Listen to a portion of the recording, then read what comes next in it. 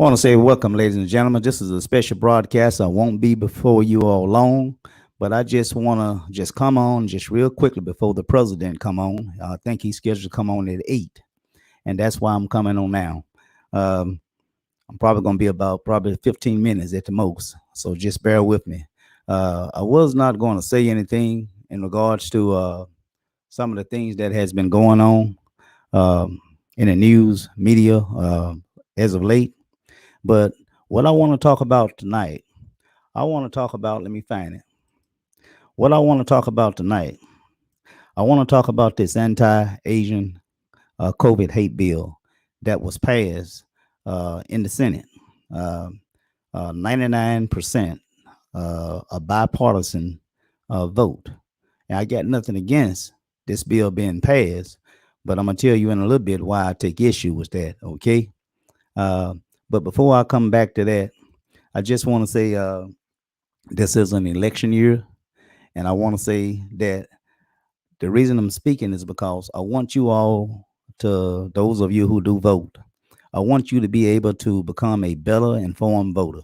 Okay, please stop allowing the political structure or system to nominate who should be your spokesperson when it comes to what candidate that you should vote for. Please get involved and educate yourself on the issues. Okay, that's one thing that we got to do, which I'm going to be talking about. We got to quit being afraid to attach the word black to equality when it comes to housing, when it comes to economic, when it comes to justice, etc. We're the only class up under the sun that we want to walk on eggshells when it comes to speaking of the black agenda. Every other race have no problem. Every other class of group have no problem when it comes to speaking about their agenda. That it be the white class or the white race, they have their agenda that they speak on. Mostly it's two things they're going to speak on if they don't speak on nothing else. They're going to speak on guns and that Confederate flag and all the statues around this country. They're going to speak on that. I mean, they're not shame about it. I mean, they openly speak about it. Okay, the same with the gays and lesbian lesbian community. Uh, they want their rights. They're not afraid. They're not ashamed. They're going to speak about it. Same thing with immigration. They're not afraid. They're proud, and they're going to speak about it. But we're the only race that, when it comes to us speaking about the issues that have a significant impact on our lives, we like to walk on eggshells, and we like to have someone to lead us that's not leading us in the right direction. And in most cases, it's the power political structure that want to bring to you who should be your leaders. And in most cases, these folks that come to you, that try to lead you, they take you down the wrong road. Okay. So, but anyway, what I really want to talk about tonight, real quickly, as I indicated, I want to talk about this Asian this anti-Asian COVID hate bill. Again, this bill was passed with 99 votes in the Senate to only one who voted in the negative. Okay, this bill came from Democrats and Republicans joining together in a bipartisan manner, passing this anti uh, Asian COVID hate bill. Now, why do I bring that up? Because since 2015, I believe, there has been close to 200 uh, black and brown bodies who have been shot dead, unarmed, uh, by law enforcement. And we continue to cry out for justice, for equality, and our cries continue to fall on deaf ears. Okay? Now, let's compare. We had the Asian, and my heart go out to the Asian community who lost 6 lives. What was it at the uh, spa par or whatever you call it, where they get the little rub downs and all that spa? I believe what you call it, pars or whatever. But anyway, there was 6 Asians that lost their life at that business, and there was an outcry. Okay, there was an outcry to it led to again this bill being passed. Okay, this bill was passed in a short timeline. Now, remember South Carolina? What was that? Charleston, South Carolina, to where what was it? I think it was 8 or 9 uh, uh, black bodies at a church. Okay, now let's add it up. Did we get a hate bill? We didn't get that. What they did give us that they thought that was satisfactory, they took down the Confederate flag, which didn't mean a hill of beans. So compare and contrast. Why is it that when it comes to black lives don't matter? We continue to see unarmed black people continue to be shot down, unarmed, and there is no movement. Again, Charleston, South Carolina, where people was in a place of worship, shot and killed. What was it? 8 or 9 people, I believe, led to no legislation being passed in either house. No movement. Okay. So tonight, and I'm getting ready to close.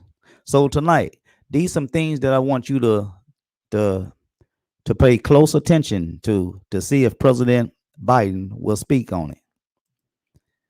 $30 billion that Biden indicated that he want to have allocated, uh, toward the black communities, closing the gap on racial economic justice. Okay, there's been a lot of talk. Okay, now that in his first 100 days, because that's what he's going to be talking about tonight, all the success in the first 100 days. I don't think you will see that. Okay, let's go to another thing up here. There's another one. Do y'all remember this here? This is a bill right here, HR 1220. This is a bill that was cited called the George Floyd Justice in Policing Act of 2021. Now, what does that bill do? That bill holds law enforcement accountable for misconduct, hold them accountable in the courts, okay? And also, it wants to improve transparency through data collection and police reform as it relates to training and policy. This bill right here uh, has went nowhere, okay? Has went nowhere. And as a matter of fact, the other bill that we have is called the John Lewis Voting Rights Advancement Bill. This bill should have been voted on uh, last month. You may hear President Biden speak on this uh, topic tonight, but you will not hear no words spoken in regards to whether this bill was passed. It still has been stalled and stalled and stalled. Okay. And of course, there's one other thing that we have over here. Let me find it. Let me see if this is. This is a bill also called the For the People's Act. Now, what that bill does, that bill, it sort of take big money out of our electoral process. We're having big money to buy elections. We're having big money to influence candidates to where it lead to anti-voters bill being passed by state legislators. For those of you who don't know, there has been over 200 bills introduced by various states as it relates to anti-voters bills. Okay, those bills, in most cases, they will uh, restrict access to the poll. They will change the hours in terms of absentee voting, early voting, provision of ballots. All of that is going to be affected by these 43 states, I believe. It's 43 or 45 states that have passed anti-voters uh, voter restriction bills. And just going back to the what was that? Going back, no, not that. Going back to John Lewis. Going back to John Lewis. This bill right here is a very important bill. You all remember that the Voting Rights Act of 1965 in 2014, it was watered down by the Republican Party. They gutted it up. The voting right bill is barely standing on its last leg. And that's why it's important for us to have this John Lewis Voters' Right Advancement Act. This bill right here protects us against racial discrimination at the polls as it relates to intimidation. Okay, that bill is very important. There is also as we go back to the bill as it relates to the George Floyd. This bill is also it gives us protection against the police officers. All right, so that is something that we actually need. We need to hold police officers accountable. All right. Thank God that we got a conviction in the George Floyd uh, trial. Uh, and again, we need to be very cautious of these bills. Again, going back to the People's Act, that bill right there, it also would do away with what they call gerrymandering.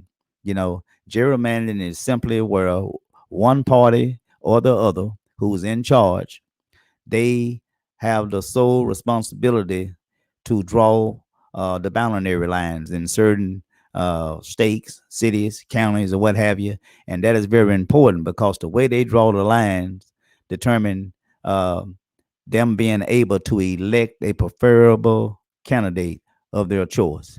Okay. We just about to the end. You all just bear with me. We're getting ready to close. All right. Just bear with me. But those are the things that I wanted to talk about.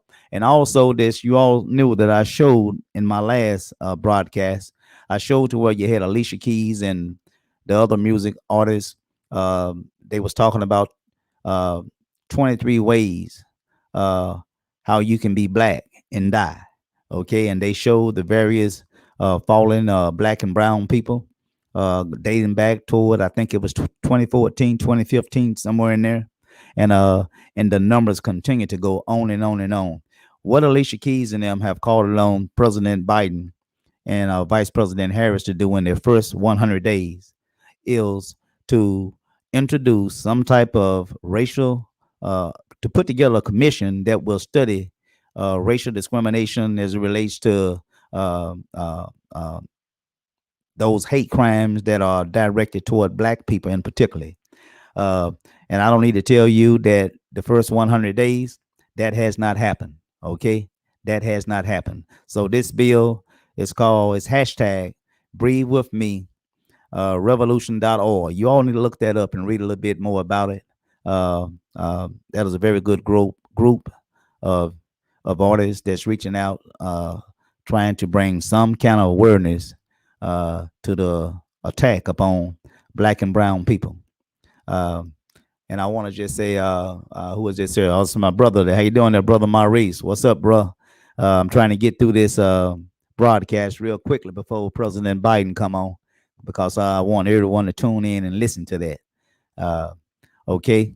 Now, of course, I think I don't get through this here, most of this here, but I want you all to understand that time has come to where you must demand of your uh, officials, that they be Democrats or that they be Republicans. You need to demand that they go ahead and put out, because you showed up at the polls. You showed up and showed out. Going back to President Bill Clinton, 2 times. You showed up and you showed out. President Obama, 2 times. You showed up and you showed out. Secretary Clinton, although she lost, but you showed up for her. She carried the black vote, and you showed out. Now, which bring us to President Joe Biden. Again, you showed up and you showed out, and he won the election.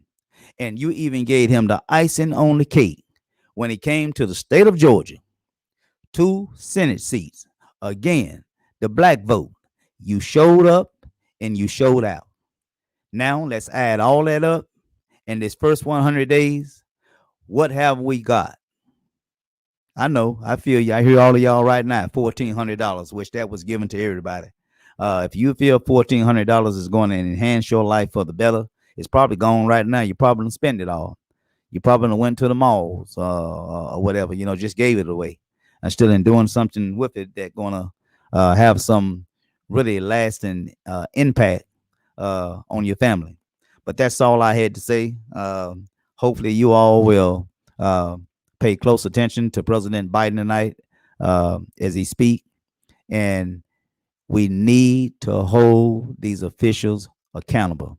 I'm going to close this out, and I'm going to let you all listen again to this. Breathe with me. These musicians who are speaking out, trying to bring some awareness to you all on all the black bodies that have fallen at the hands of law enforcement. Okay. So I'm getting ready to close this out. And before I close it out, I want to go ahead and play this video for you all. Let you all see the video. Let me go up here and find it. Like I don't brought it down again. I'm go up here and play this video again for you all, and hopefully you all will take heed to this video, listen to it, look at it, and or listen to it and look at it, and hopefully you will understand why it's important uh, that we get on board. Okay. So here's the video right here.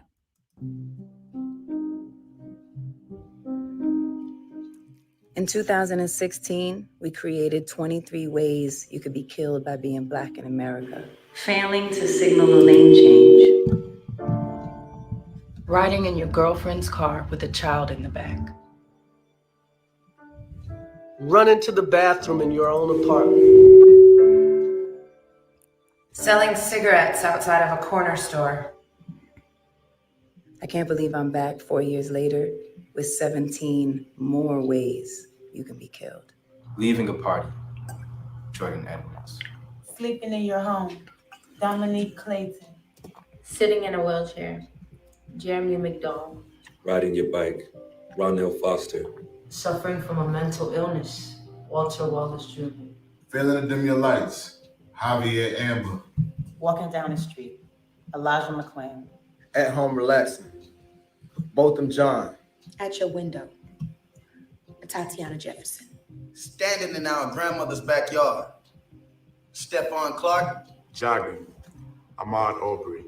Sleeping in your car, Rayshard Brooks. Standing by your car, Terrence Crutcher. Driving your car, Kane Rogers. Suffering from mental illness, Daniel Prude. Accused of using a fake 20, George Floyd. Sleeping in your bed, Breonna Taylor.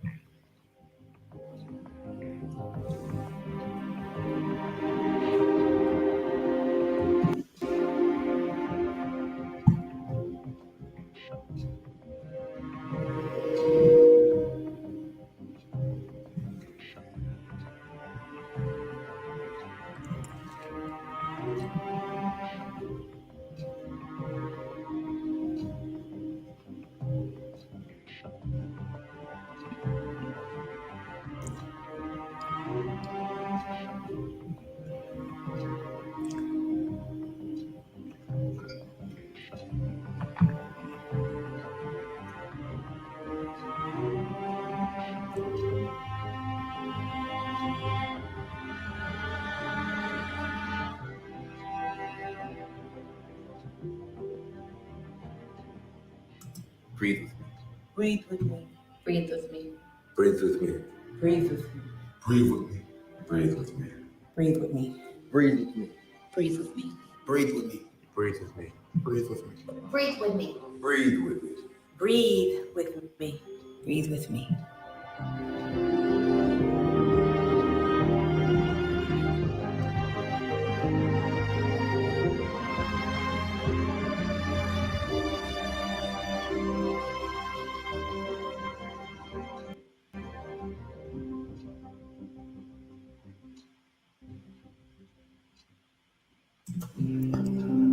Well, okay, ladies and gentlemen, that is In 2016, let me turn this off. we created That 23 that ways is the you could be killed. that is the end of that video I wanted you all to see. That's pretty much set the stage for us creating awareness. That it's time to call our elected officials. It's time for them to put out. Okay. we need to, again, be aware of these people. They will be reaching out to your churches, you know, uh, trying to select as to who should be your leaders and how those selective leaders that are chosen, beware of them trying to tell you how to vote and who to vote for. Educate yourself. Become very informed on the issues to where you go to the polls, you'll be better informed on how to cast your vote. That's all I have, you all. President um Biden should be speaking now. And so I'm going to go ahead and conclude this broadcast. And for anyone that have a little time, you can go back and you can uh, view this broadcast in your own uh, private time, that is. But anyway, I want to say peace and love to everyone. Thank you, brother Maurice, for coming on. Uh, I didn't announce this here tonight, and so I just wanted to come on and speak. So I'll see you all this Sunday. Topic will be announced. So until then, I just want you all to be blessed, peace and love, and I want to say, do continue to wear your mask. We're not out the woods yet. All right. See you next week. Same time, 6 o'clock p.m. Tony Hollers Live Talk Show Testify. Thank you all for watching. Peace and love and good night.